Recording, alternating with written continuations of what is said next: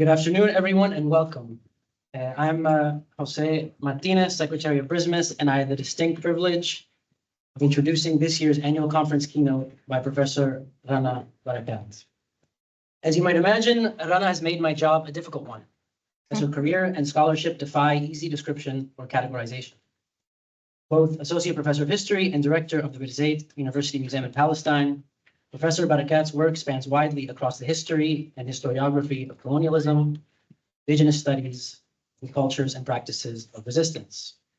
Many of you will be familiar with Professor Barakat's intellectual oeuvre, in which she elucidates ongoing refusals of settler colonial violence in Jerusalem and illuminates the long history of Palestinian resistance via a careful examination of the 1929 Iraq revolt. Others will know Professor Barakat's stunning article on the museumification of Palestine's history, in which she dissects the settler state's attempts to erase the history, indeed all historic Palestine, through the building of museums that might better serve the political and economic purposes of the settler colonial project. She unpacks how, over time and in the face of ruins, Palestinians are increasingly presented with the reductive choice of preserving their history in museum form. Like other indigenous communities, to which she draws valuable comparisons, recognition only comes when indigenous people consent to their defeat and dispossession. This is the price of entry in the settler historical narrative and the settler present. Campaigns to preserve ruins via museums are too often based on an implicit recognition of settler presence and an erasure of precisely the destruction that brought about ruination. In Professor Barakat's own words, if preservation serves settlers' interest, and restoration serves indigenous interests. Repatriation to a lived space is the key, not the construction of a symbolic museum space that conserves the remnants of a former past. Alongside her work in the Birzeit University Museum, it is such contributions that Professor Barakat forces us all to rethink, to ponder how to record and combat the unceasing violence of settler colonialism outside the frameworks of recognition imposed by the Israeli state. Professor Barakat has also offered powerful provocation regarding the limitations of a settler colonial analysis in writing Palestinian history and politics. For those who are unfamiliar, I would encourage you after this talk to make the next piece of work you read to be Professor Barakat's writing Palestinian studies, settler colonialism, indigenous sovereignty, and resisting the ghosts of history, a powerful intervention in the Settler Colonial Studies Journal. The article puts forth one of the most powerful calls for the study of cultural connections via comparative vision of indigeneity with a shared political cause, self-determination and liberation. Professor Barakat teaches us to ponder these concepts, to consider Palestinian practices of inhabitation and collective self-formation that produce distinctly indigenous experiences of time and space, of living, doing politics otherwise, in anticipation of a liberated future in the present. The ongoing genocide in Palestine continues and has continued for nearly 22 months. We are reminded on a daily basis that the Palestinian insistence on remaining and returning amounts to a refusal to abide by the closures of settler colonialism, to reject consignment to the past or the settler historical present, by foregrounding return. And I quote, "Not an event nor an episode, it is a way of being, a way of living," in Professor Barakat's words. It is an insistence by those who, even from the despicable persistence of genocide, continue to demand not just a ceasefire, but to live life beyond the degradations and destructions of settler colonialism. Such are just some of the lessons taught to us by Palestine and Palestinians. The barest minimum we can do here is to showcase some of the best work in our fields that abides by and advances that commitment. As such, and without further ado, this year's BRISMES conference keynotes, Professor Rana Barakat.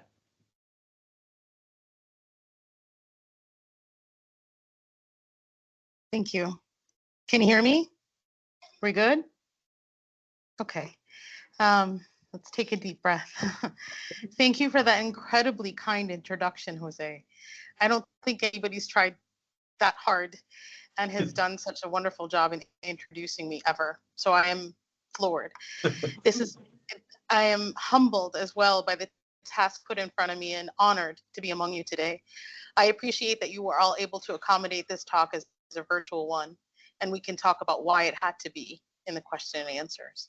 I'm grateful to all who imagined and organized this conference, and to Mark and Nicola, and to each and every one of you for making your way into this room to listen. Mark was just sending me photos of the room, and I have to admit that I'm a bit intimidated by how many people are sitting there. Let's take a deep breath together. For the past 21 months, genocidal violence has marked the everyday throughout Palestine and for all Palestinians in shatat. Unbearable in its escalation across the geographies of Palestine and the geographies of Palestinian, this violence is not new. We have a name for the inception of settler colonialism's fragmentation, Nakba. We have a name for this century of violence working to destroy Palestinian peoplehood, ongoing Nakba. In the face of an escalating ongoing Nakba, in an age of catastrophe, our histories, like our bodies and our lands, are in fragments. We have a name for this fragmentation, shatat. While we have names for the violence, we also, and perhaps more importantly, have names, concepts, and ways of being for how Palestine and Palestinians have endured the violence as one part of the many ways we live through and with the past, in the present, and towards the future. While settler history have tried to subjugate Palestinians and Palestinian knowledge in a prison of violence, stories show layers of intricate knowledge and practice that can help us all understand history anew. The intensity of violence can easily make us into prisoners of the present and victims of it.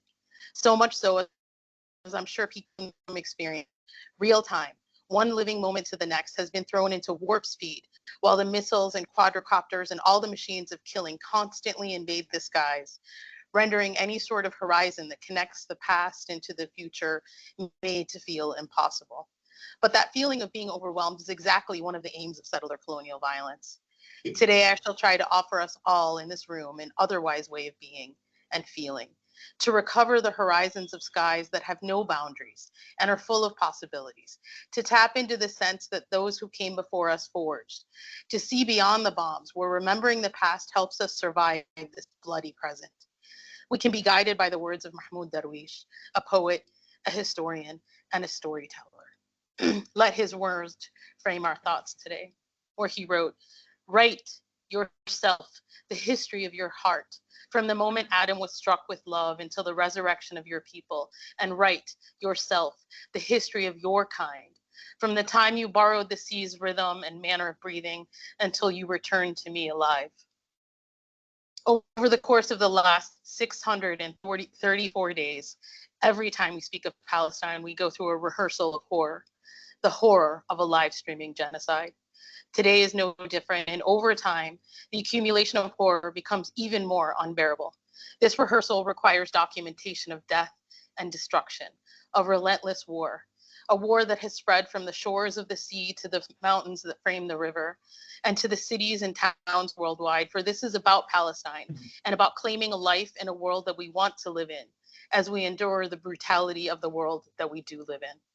And as I speak now, more Palestinians are brutally targeted from the air, the sea, and the land. From the north of this colonially carved out strip we call Gaza, to the western banks of the River Jordan. The entire infrastructure of Gaza has been targeted and destroyed. The killing fields have a wide reach, from the sea to the refugee camps, from Jenin to Tulkarem to Nablus, are now the landscapes of scenes reminiscent of Gaza. Maybe that's one of the worst parts of this all. Our metrics of destruction are ever changing in intensity, and every day brings about new horrors and a wider range of utter disbelief in the level of human tragedy and colonial willingness towards inhumanity. Every day is a series of massacres and tragedies.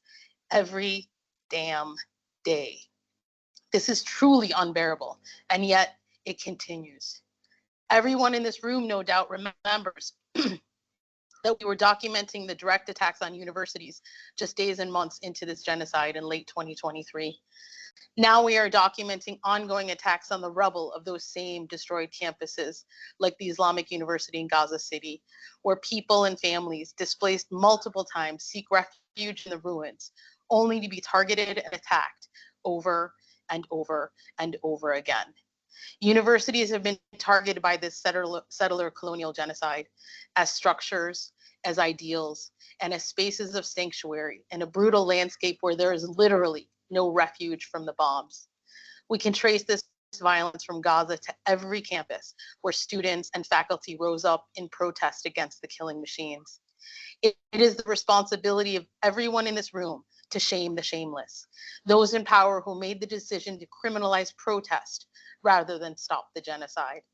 As a brutal recollection of William Butler Yeats's words, the war winds continue to blow and traffic in mockery.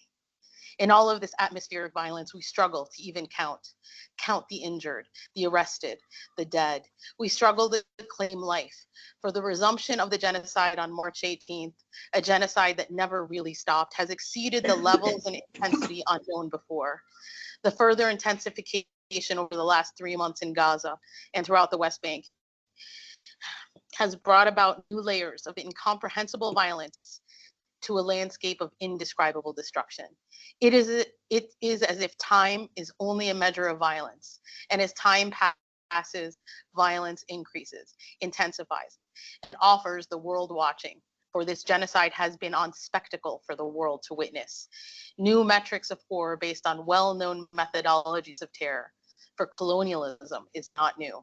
Time, in a sense, is made of a settler temporality whose only metric has become violence. This is not new, but it is vicious. We can find traces in the history of the collective settler attacks on villages throughout the countryside in Palestine, a methodology of violence that is as old as settler and colonial history in Palestine. While seeing villages only a few kilometers away from where I speak to you now, Kufr Malik, Turmosaya, to Sinjid, villages that have been consistently attacked over the days and nights of this week by settlers, burning, killing, and looting. We can imagine the militias doing this dirty work in the 1930s and 1940s. The settler army and armies of settlers have left little room for anyone to claim their aim is anything but elimination. Along with the killing fields, we have sites of equally indescribable horror in the prisons.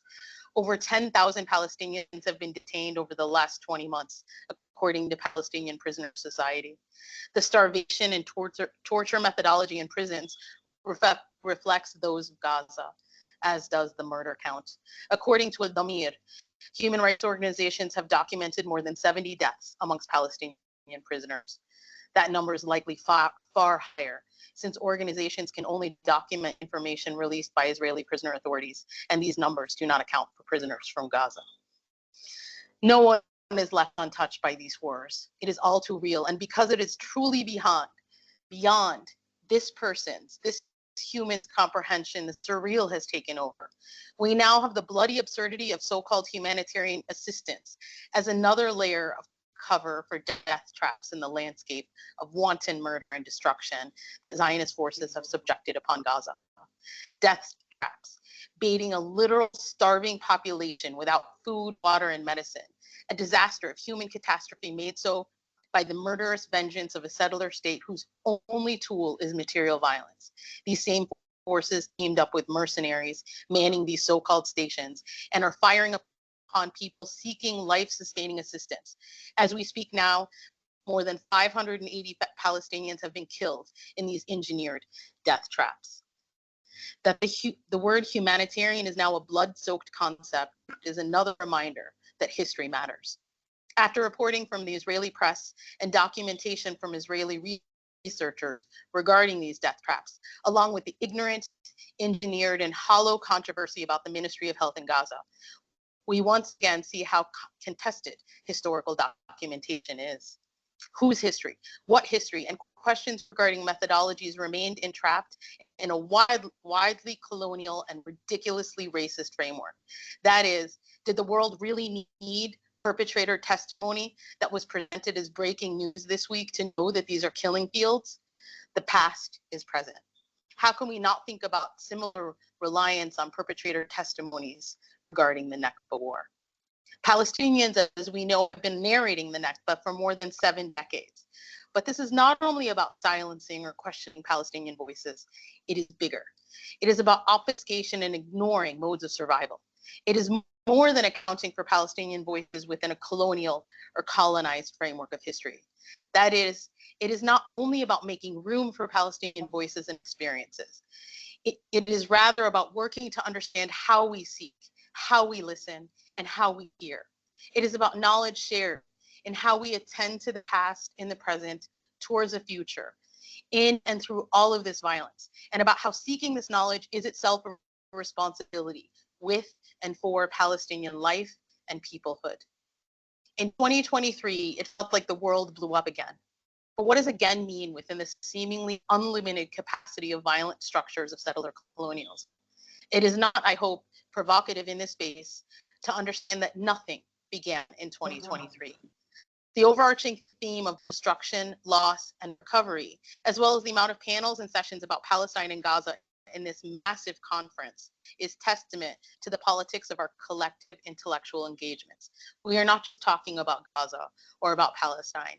We are and we must scream against this genocide and all of the anti-intellectual and nefarious forces that tell us to do otherwise. Given what we know and what we share, I want to ask you, what does again and new mean in Palestine? Again and new is counterintuitive to bring together, but that's what I want to explore today, to help me explain ongoing return and why not only does history matter, but how we conceive of history matters. Memory doesn't live on a linear plane. Thank God for that. Even in real time, what some may call contemporary time, what most historians would say is a mere drop in time. 2023 was like 2021, for the sky also blew up in 2021. In a year we called unity, recalling 1987 and 1936. It was an uprising across the fragmented geographies of Palestine and all of the geographies where Palestinians reside. And in 2021, I remember as if it was yesterday, because it happened again yesterday, watching settlers storm with their settler army, Haram al-Sharif in Jerusalem. I remember watching the early morning breaking news and thinking, this is 1929, new and again. Every day brings about more violence, colored by the discursive violence of settlers, in plain and unadulterated words. Just look at the flyers settlers dropped on Gaza in March and April, like those they drop all over Palestine throughout this genocide. I truly don't want to quote them, but for clarity, it may help. In part, these flyers read, quote, "The world map will not change if all of the people of Gaza vanish. No one will notice you. No one will ask about you," end quote.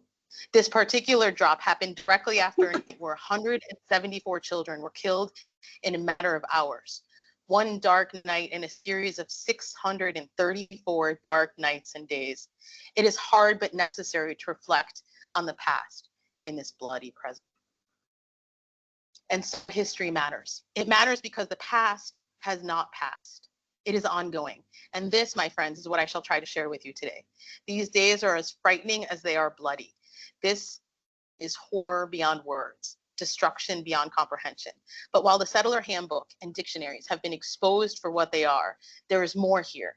And thinking beyond settler violence and outside of settler anxieties, we can find the journey into this more in understanding the ongoing. In Palestine, the notion of ongoing is layered, from the ongoing Nakba through the rhythms of rebellion, nourished by practices of sabr and samud as we limb. Lam shamilna, on a journey of ongoing return. These are the concepts, the practices, the ways of thinking that reflect ways of being that I will share with you today. This is in part about approaching a historical methodology that reflects a historical conceptualization of our ways of being. Rashid al-Khaldi refers to the longer historical arch of history in Palestine as one against Palestine. History, then, in terms of a linear conception of time that he divides into 6 declarations of war against Palestine and the Palestinian people, and one can easily add the 7th that we are enduring now, is a series of imperial moves and settler colonial maneuvers with the clear goal of eliminating the native people of Palestine. Khaldi summarizes modern history in Palestine as, quote, a colonial war waged against an indigenous population by a variety of parties to force them to relinquish their homeland to another people against their will, end quote. In the words of Patrick Wolfe, the settler colonial aims were and remain destroy to replace. This simple, albeit horrific equation has not changed. For Palestinians then, like all of the oppressed people of this world, is this linear conceptualization of history against us? That is, over the course of the past 21 months, we might name the present. We have seen a new world trying to be born, and we are witnessing the forces of epic violence using every tool possible to prevent our voices from being heard, our breaths from being taken, and our lives from being claimed. It is almost a comedy of fools if it were not so tragic. The mere use of the word Palestine is criminalized. Our lives are demonized, and our very existence lie literally and symbolically in rubble throughout Gaza and the rest of Palestine. Anyone who speaks to this material reality is subject to the threat of disappearance. So the equation is, stay silent or the same violence will be visited upon you. The goal, it seems, is to eliminate us all. History, in Khaldi's conceptual framework of a war against a people, is a reflection, like a mirror for the present, a past imagined to fit into this reflection. I want to think about this mirror with you today and think with others who have tried, however horrific it is, to reflect on this mirror's reflection. Contemplating about history in another location, Walter Benjamin tells us, quote, reflection shows us that our image of happiness is thoroughly colored by the time to which the course of our own existence has assigned us. The kind of happiness that could arouse envy in us exists only in the air we have breathed. The same applies to our view of the past, which is the concern of history. The past carries with it a temporal index by which it is referred to as redemption, end quote. In this concept of history, sometimes referred to as a thesis on philosophy of history, Benjamin goes on to explain, quote, for every image of the past that is not recognized by the present as one of its own concerns, threatens to disappear irretrievably, end quote. Begging the question, whose redemption does this concept of history seek and why? Whose mirror is being reflected and what can mirrors possibly offer us? I shall return to this in a bit, but let me first go back to the documentation of history. And one last quote from Benjamin, perhaps his most famous line, there is no document of civilization which is not at the same time a document of barbarism. And from Benjamin and back to Derwish and the poem titled, The Earth is Closing In on Us. The most famous lines from this poem, used by many, including Edward Said, read, where should we go after the last frontiers? Where should birds fly after the last sky? Less quoted, but equally powerful, a different kind of reflection that echoes Aimé Césaire more than Walter Benjamin, is the line that precedes these lines. Our star will hang up mirrors. In its preface to the 1999 edition of After the Last Sky, originally published in 1986, carrying the words of Derwish in the title, Edward Said explained that in his first time back to Palestine in 1992, 45 years after the beginning of the Nakba War, he writes, looking at After the Last Sky as objectively as possible, I find that it may be something of a source book for the Palestinian condition, and an attempt to render that condition not from the viewpoint of policymakers, but that of memorists and unregimented historians. It is an unreconciled book in which the contradictions and antinomies of our lives and experiences remain as they are, assembled, neither, I hope, into neat holes, nor into sentimental rumination about the past. Fragments, memories, disjointed scenes, intimate particulars. End quote. Beyond mirrors then, and with memorists and unregimented historians, we can open up a new conceptual world for reflection. Our stories of the past might then be referred to as a series of continuities and ruptures. Maybe retrospectively working to disorganize an understanding of time is helpful. To be aware, but not trapped in settler colonial temporalities. To return to Said, to be unregimented is to assemble, but not to do so neatly. Neat and linear assembly is the fodder of settler temporality. Context expands this methodology to include 1492 and 1619, not as points from where to begin, but as time to reflect with, how monsters were born and how our worlds were forever changed. In Palestine, we can add several other years to this colonial timeline. Their linear tracking of stealing lives and stealing ways of being as they steal time to define time. We are not mere victims of some power's definition of time meant to disappear us. We are here and we are screaming and we have been through time. The question becomes, how can we tune into our own rhythms of rebellion? Gauging a people's uprising remains a complicated task.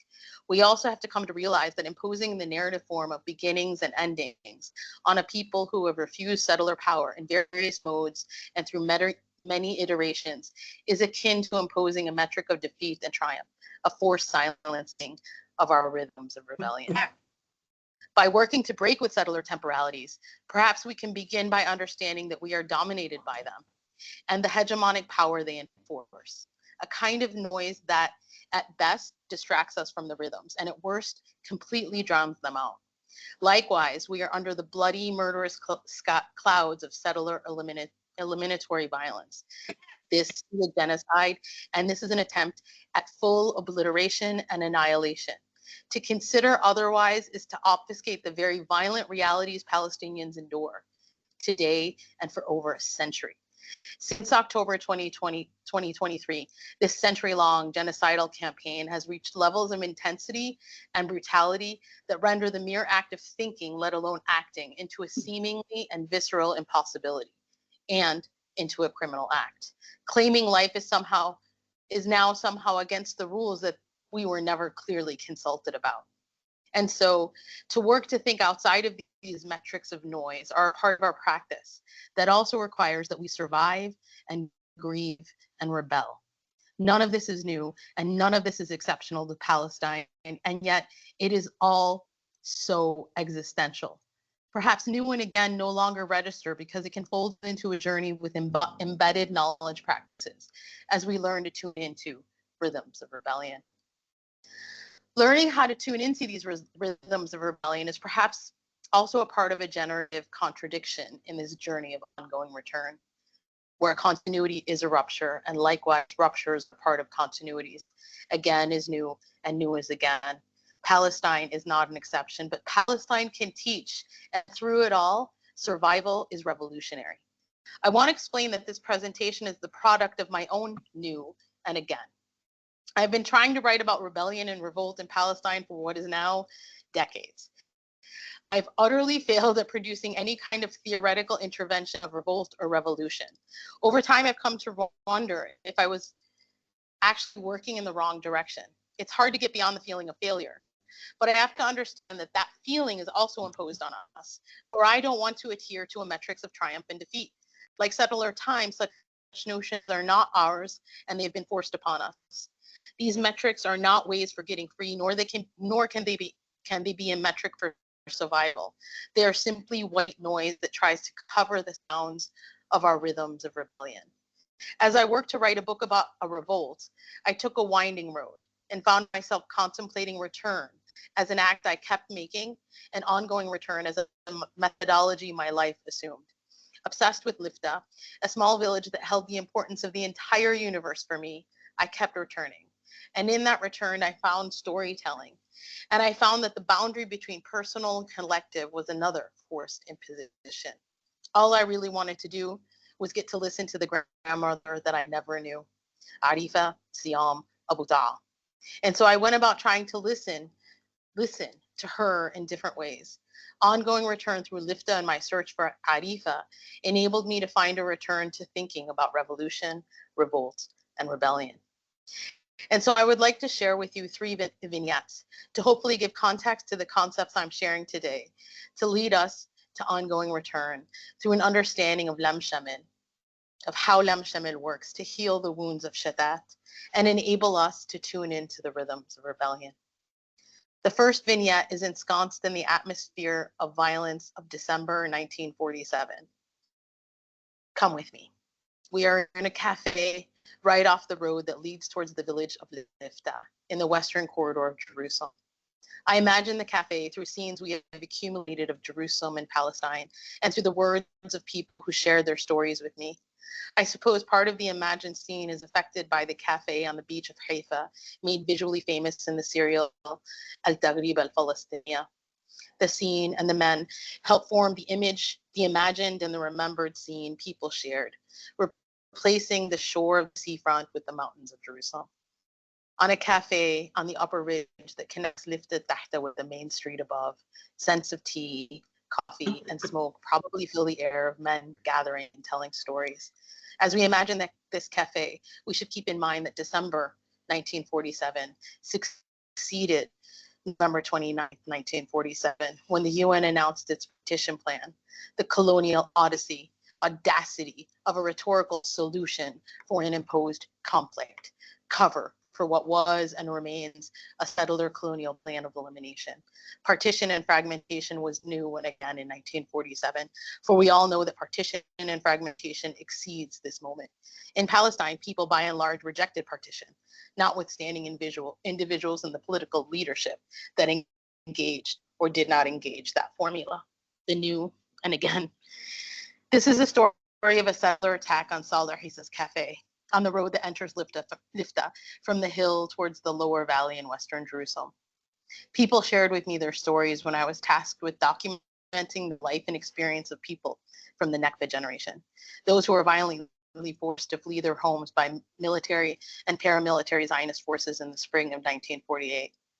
I was asked to collect data for a documentation project that was not my own, but one born out of attempt by people from Lifta to prevent further destruction in the valley and to make the claim to the settler state and international heritage organizations that we once existed in what has now become a museum of the past in the valley. In spite of this task, or maybe because memory defies intent, people's voices and their stories later grew into a tapestry that I've been working to weave together for years now, as far removed from claims or testimony as can be.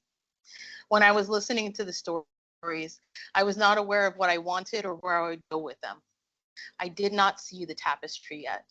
But in retrospect, I learned that the mere act of working to document became antithetical to everything I'm working through now. But it is not lost on me that I needed to live that contradiction, to literally walk, guided by these stories, into another conceptualization of temporality and to a methodology of ongoing return. As the stories were shared by various people from different parts of Lifta who now live in parts of a shatat within Palestine, I heard common threads. First, more than 70 years after the events, people shared them, and in sharing them, relived them. I wonder still today, years after these stories were shared, that if asking people to share stories is a violent act of reproducing them. Is this a kind of ethnography of despair and dispossession? A demand that we ask people to relive violence because we have been made to fear forgetting? Or are these stories not only ruptures in the past, but continuities in the present? Dispossession and displacement have not ended for them to be relived.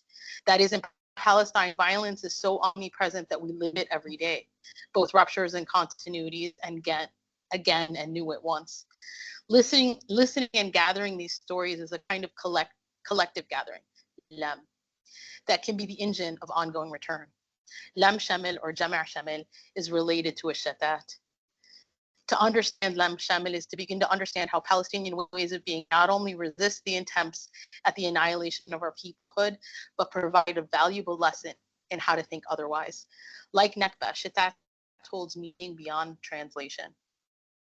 Shatat is the result of violence of the ongoing Nakba. It is about forced transfer, violent displacement, dismemberment, and a denial of access to the homeland.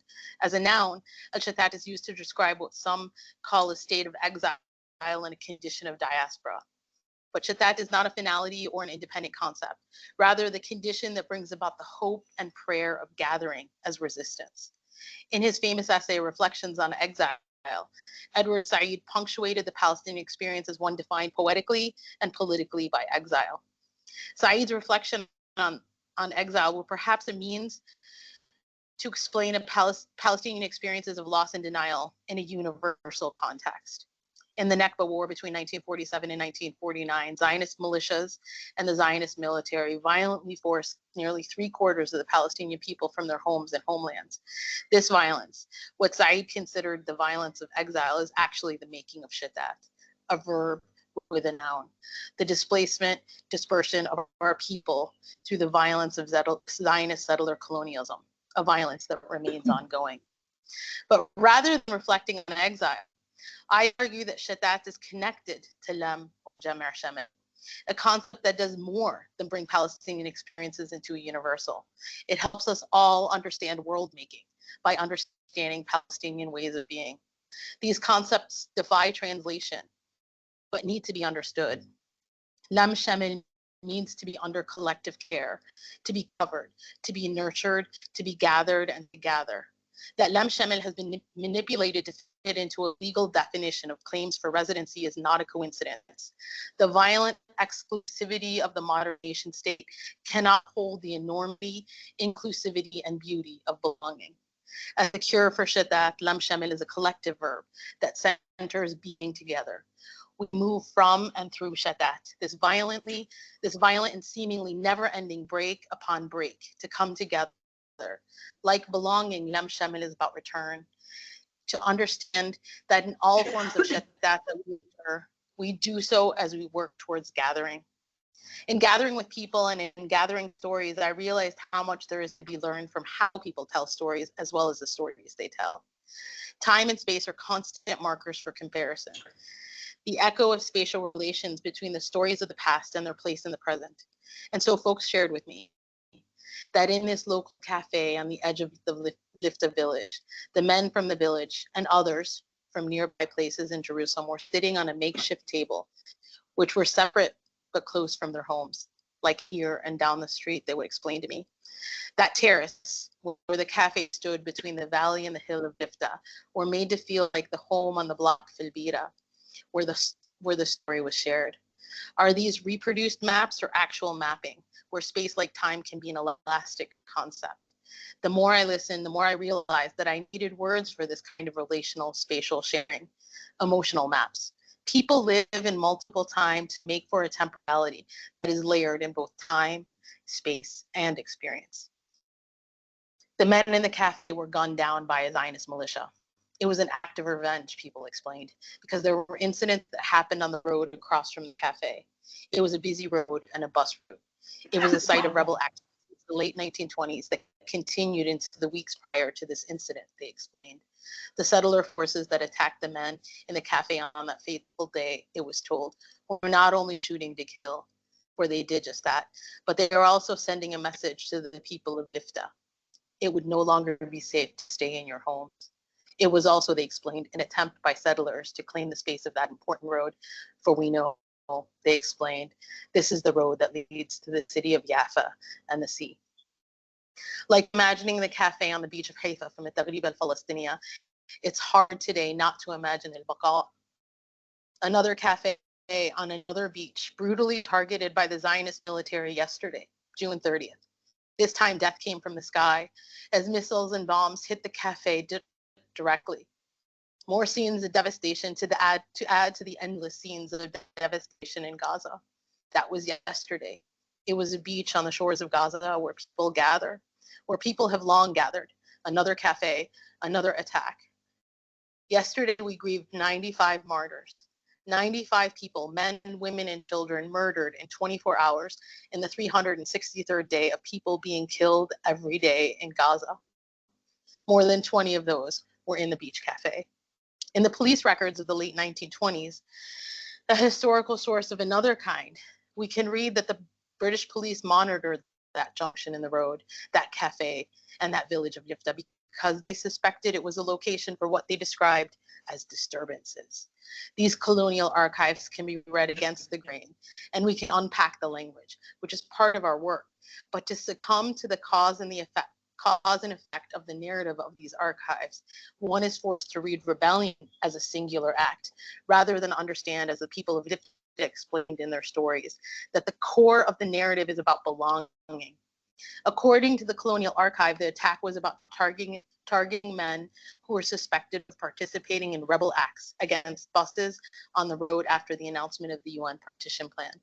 If we listen to the stories of the people, that attack was indeed a reaction, but not to one or a few acts, rather an attack on what it meant for people to gather in a cafe on that ridge in that village. People from Lifta describe the violence in detail, as if it were not only in the past, for it's obviously still very much present. In the personal stories and emotional maps, the incident in the cafe was never separate from belonging. And people explain that the ongoing violence of settlers target not only people, but a people's belonging. The revolutionary violence of other or the same men, days or weeks or decades earlier, was also a part of their stories. In fact, for several of the women who shared their stories with me, as the granddaughter of a woman named Arifa that they knew for Ayyam al-Blad, the attack on the settler bus on a nearby route were not just the bookends of the story of settler violence, but actually the rhythms of rebellion that wove itself throughout. Settler violence was not only a reaction, but an attack on all, and a bloody one that seems to have not ended. These women I mentioned knew and shared part of their stories, their storied lives with my Arifa, the grandmother I was seeking in their stories, that they knew her or maybe saw me in her, and my mother may have been a part of the rhythms of their sharing. I learned to listen to stories as one attunes to hearing rhythms. I gathered stories because I wanted to hear my grandmother. I openly connected these personal intentions to the task of what I was assigned from my Lifta elder. I explained to them that I wanted to meet Arifa, but even with that open intention, I did not realize the world I would find in these stories. I learned about how to listen, and I learned that imagination is never removed from story. I ended up writing about this learning and the power of storytelling because I came to realize that storytelling opened up paths towards a new conceptual understanding of the world, one where return is ongoing, perhaps ongoing Nakba. This structural violence that is a century old and is material every day has a parallel, ongoing return. For I learned what I was asked to do as a researcher in an archive project. Felt at first like reproducing the violence of the Nakba War because I was asked to seek testimony or proof of life before 1948 and to gather the details of Exodus in April 1948. But that sent me on a journey towards return. By gathering and listening to stories, I learned providing testimony is not how people live or live with memory. Rather, we return every day, ongoing return. Historians often divide the Nakba War into stages. These stages mark both the intensity of the violence on a metric of how centrally organized it was by either Zionist militias or later the Central Army. And the stages also mark the geography of violence. The war was one of invasion, dispossession, murder, and displacement of Palestinians from our homeland, from the river to the sea and all the mountains in between. And as you all know and see, this continues. When we say from the river to the sea, it is our homeland. It is our belonging. It is what and where we shall return. We are of this land. But the Nakba did not end with the phases of the war and the armistice agreements in 1948, for we understand that settler colonial violence is a structure. Settler colonialism, is a structure, and settler colonial violence continues. In the decades that followed the Nakba War, the violence of settler colonialism has been named, notably by Yas Houri and Rosemary Sayev, as the ongoing Nakba. 364 days of a live stream genocide is the ongoing Nakba. And so as we move from the violence of the ongoing Nakba to the conceptual possibilities of ongoing return, do not ignore the violence that is meant to not only eliminate us as a people, but also break our relationship with the land of Palestine and with each other. Return, or more specifically, the right of return, is a core part of Palestinian politics and has been since the forced expulsions of the Nakba War. Return was actually a demand even before the war, because British colonial powers, in support of a settler colonial enterprise in Palestine in the Mandate era, had already been active since the early 1920s in denying Palestinians a place in their homeland. The demand for the right of return was a direct result of the Nakba War and is certainly a part of ongoing return. That is the right for all Palestinian refugees to return to their homeland. Ongoing return is also about relationality to our homeland, a means of continuously exploring our relation to the places from which we came and to which we belong. Ongoing return defies ongoing Nakba. Ongoing return is held in the stories of Palestinians who endure the brutal violence of settler colonialism on the land and in the shatat.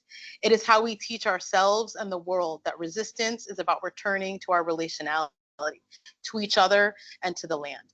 A return that is, at its core, about love and belonging.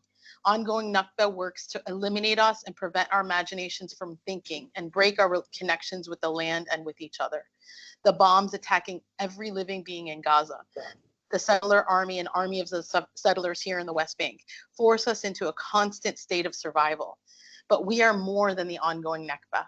Ongoing return is our return to the land and our ongoing return to ourselves. Mine, like every Palestinian, is a story about belonging, not to claim the land as ours, but to find ourselves through her and with her. We belong to her. So my friends, ongoing return holds the grief and the sadness and the utter depravity of this ongoing Nakba, but it does so with love. Because love as a way of being and living is the core of our relations to the land and to each other. We grieve because we love. We long for Palestine because we belong to Palestine. And rhythms of rebellion, stories taught me this. The storytelling with the ebbs and flows of life, with layered perceptions of time, with before and now, in the cafe in 1947 and down the block in the present, taught me that the past is alive and always changing. It is complicated and layered, and it is rebellion. Interestingly, storytelling also revealed the limitations of the rhetoric of revolution. What I had once sought in writing about the Barak Revolt of 1929 a lifetime ago was not exactly the meat of the matter. For I had to learn that the rhythm of rebellion is in time, and settler violence works to break time, make us live outside of it, an intrusion and a violent rupture. Through gathering stories to hear these rhythms, we seek ongoing return from the past to the present and into the future.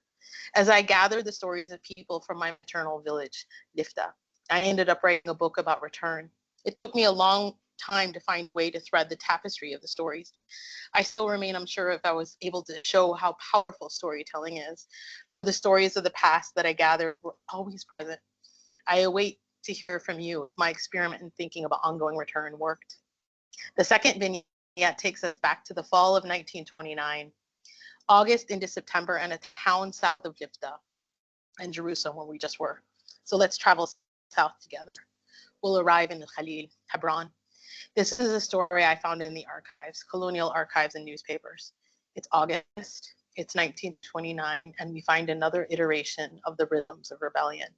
My interest, or more honestly, an obsession, with this historical moment first began as a dissertation about colonial power and Palestinian resistance in the British colonial mandate era.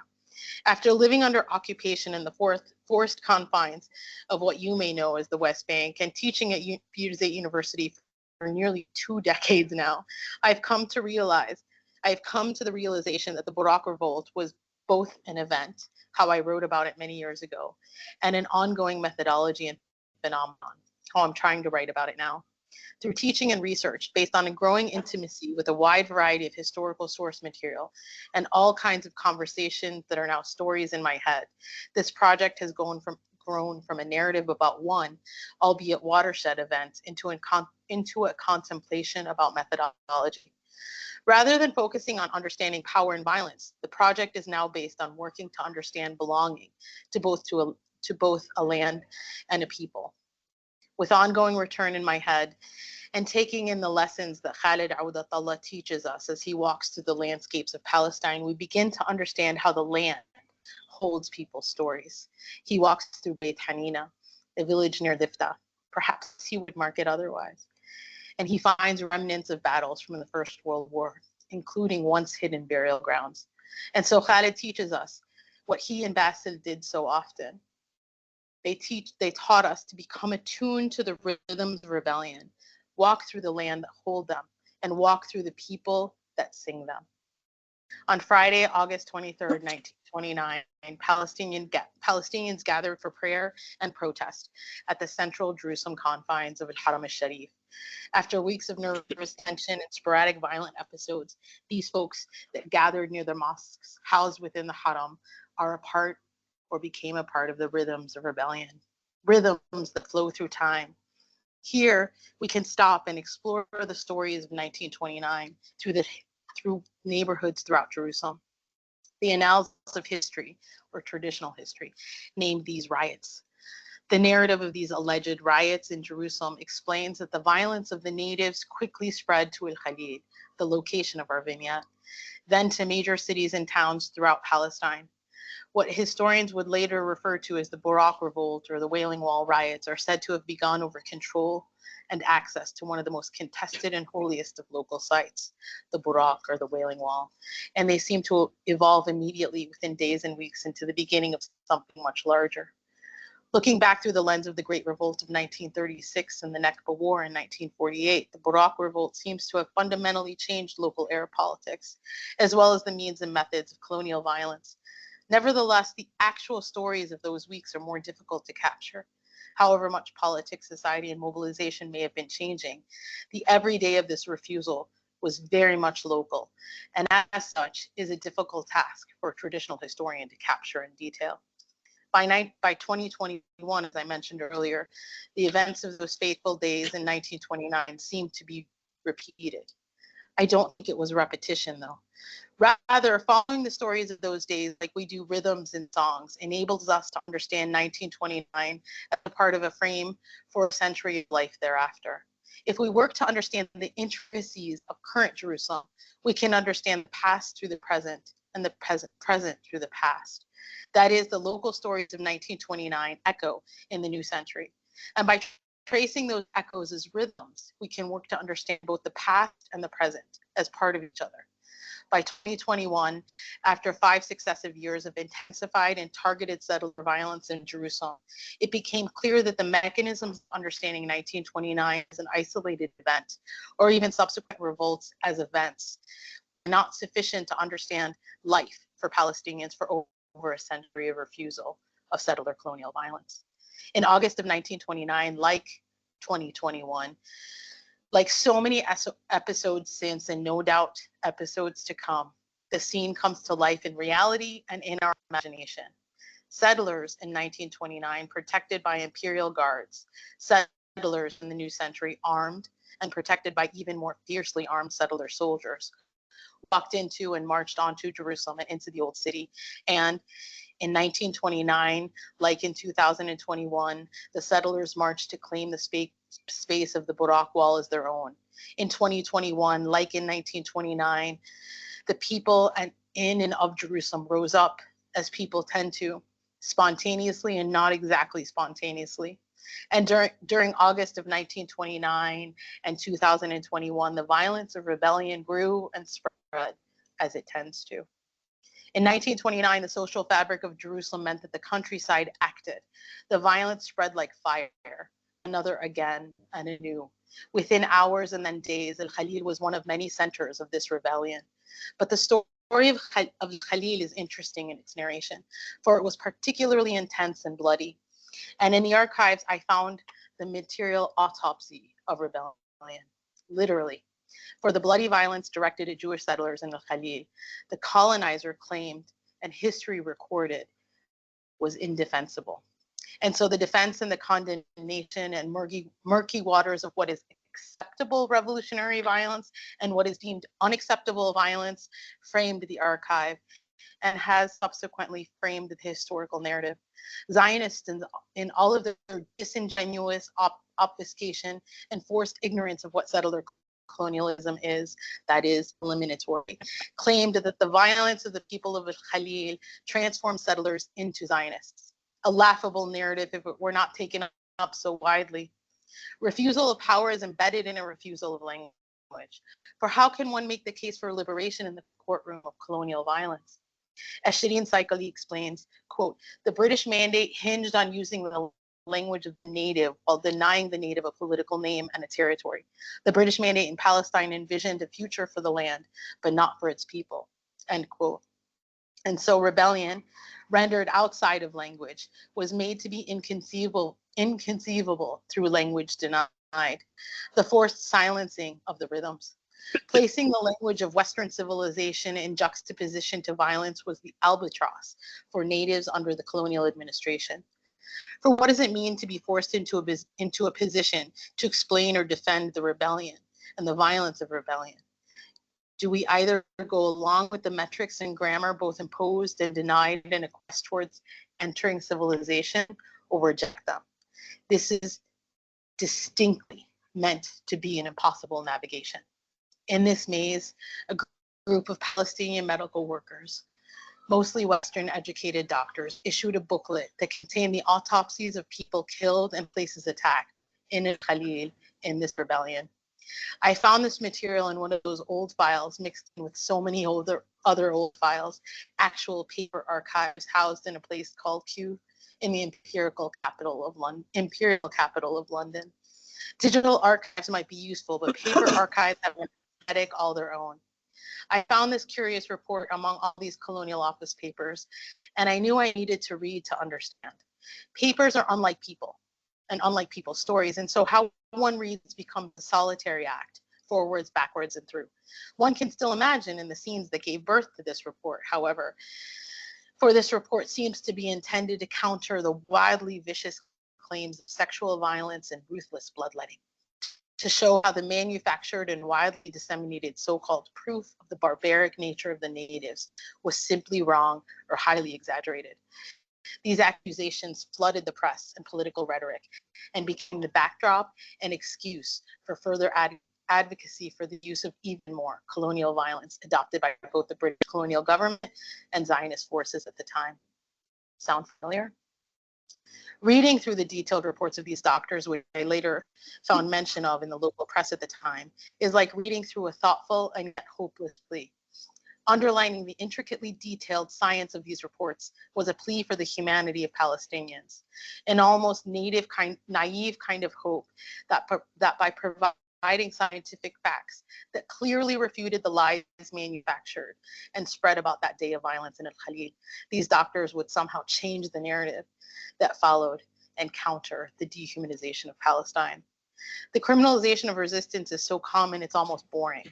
But what does it mean to take on this grammar in order to counter its claims? The report, needless to say, remains fascinating and terribly relevant, almost as if it was written in 2023. This takes us to the third vignette, one that is still being told, although I suppose all three are. As of today, this one has lasted 634 days, and one that takes us back to the south of Palestine, but towards the shores of the Mediterranean.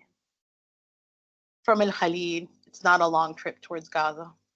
I can't hold these stories yet, neither through archives or documentations or people, not yet. But we have seen it before and have never seen it like this, again and anew. Samira Ismail explained in 2023, quote, "We are in the presence of a conqueror who refuses the revolts of the conquered, demanding that they declare their defeat. We are in the presence of a desire to eradicate Palestinians, if not from the land, then from the politics of the land. We are in the presence of a campaign that attempts to destroy what escaped destruction during and after earlier rounds of conquest and devastation, rounds that began in 1948. We are in the presence of a settler colonial desire to obliterate the native," end quote. The past is present, as I've tried to explain throughout this talk, and maybe hearing these stories helps us work through the wonders of this claim. But I must admit, the violence of now is so overwhelming and so bloody frightening that I find myself unable to write neither about stories from the past or the horrors of the present. But, and I try to share this often, I think what we do now, how we have gathered here today, for example, is us living a clue or imprint for people 50 years from now, 100 years from now. When they try to make sense of this horror, they will find our voices, and we will be a part of the storytelling that narrates how a people believed a new world was possible and mobilized and fought and screamed for it. How our screams will be heard, from Lifta in 1947 to Al-Khalil in 1929 to Gaza in 2025, through every episode and story in between and since, and with all the stories being told through time and over time, in time and outside of time. And so as this last vignette is still not clear in my head, I will simply end this talk with some thoughts about how it may be shared, how the concepts of ongoing Nakba and shatat and ongoing return help us understand, hear the rhythms of rebellion in our stories, lived to be told, about how gathering, lam shamil, taken back from the juridical codification, testimony, and proof, and returned to the cultural and social context where it has always resided, holds the horizon for possibilities that these stories will be told, will be heard, and will be shared by Palestinians, generations of Palestinians to come. Liberation is not only an idea, it is our practice. And so let us be guided by poets and songbirds. Listen. And you may hear the voice of Hamza Abu Qais. His is a beautiful voice that makes one feel like sound wasn't sound before him. A voice who embodies the politics of the rhythms of rebellion that Abdurrahim al-Sheikh from the mountains of Jerusalem described as patience in the heart of those who have mercy, that Anis Ghnayim on the shores of the Sea of Gaza pondered as rhythms of passing time. You can hear rhythms and patience, sabr and sumud. You can imagine, because we have videos of Hamza and so many others, scenes real and yet to be imagined. Young men documenting time in studios or campfires or weddings or funerals. From the shores of the city to the mountains, from the shores of the sea to the mountains of Jerusalem, Hamza's voice became famous in the past several years as he who sang to martyrs. He bid them farewell with the resounding sound of Ma'a salama ya ghali. Ma'a salama ya ghali. Listen, and we can still hear. Even though we had to bid farewell to him in 2024, the bombs tried to silence him. He is a martyr amongst martyrs now, but listen and you can hear the rhythms of rebellion. From the rhythms of Sijan Akka and Muhammad Jamjoom and Fuad Hijazi and Alta Zair in the 1930s, and the songs that followed Al-Ashiqeen, to the rhythms of Hamza. Listen. Hamza's voice is one of thousands. Listen to them, gather with them. These are the stories of ongoing return. May their voices always return, and may we continue to return. Thank you.